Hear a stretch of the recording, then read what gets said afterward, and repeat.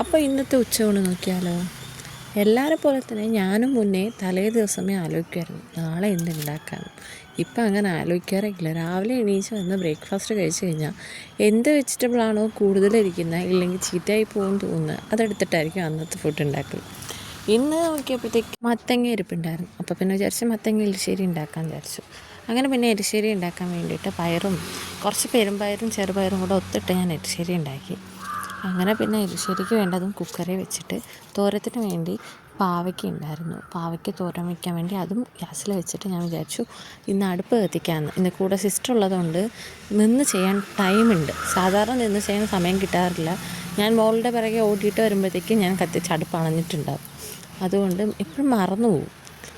ഇന്ന് അവളുള്ളതുകൊണ്ട് കുഴപ്പമില്ലല്ലോ, ഞാൻ ഇവിടെ നിന്നെല്ലാം ചെയ്തിട്ട് പോകാമെന്ന് വിചാരിച്ച് അടുപ്പ് കത്തിച്ച് അതിൽ തന്നെ അരിക്കും വെള്ളമിട്ട് അവിടെ തന്നെ വെണ്ടയ്ക്കയും മെഴുക്ക് പുരട്ടാൻ വെച്ചിട്ട് ഞാൻ വന്നപ്പോഴത്തേക്കും പാവയ്ക്ക ഏതാണ്ട് വെന്തിട്ടുണ്ടായിരുന്നു. പിന്നെ ഞാൻ അതിലേക്ക് വേണ്ട അരപ്പൂടി ചേർത്തിട്ടിട്ട് കുക്കറിന് വിസിൽ വരുന്ന ഗ്യാപ്പിൽ പോയി ഫിഷ് കട്ട് ചെയ്തിട്ട് വന്നു. പിന്നെ അതിൽ കുറച്ചെടുത്ത് ഫിഷ് പൊരിക്കാൻ വേണ്ടിയിട്ട് ഞാൻ വെച്ച് പരട്ടി എടുത്തതിന് ശേഷം അതെടുത്ത് മാറ്റി വെച്ചിട്ട് കറിക്ക് വേണ്ട അരപ്പൂടി അരച്ച് ചേർത്തു. എന്നിട്ട് അത് നന്നായിട്ട് തിളച്ച് ഒന്ന് കുറുകി വരുമ്പോഴേക്കും നമ്മുടെ കറി ഇവിടെ റെഡി.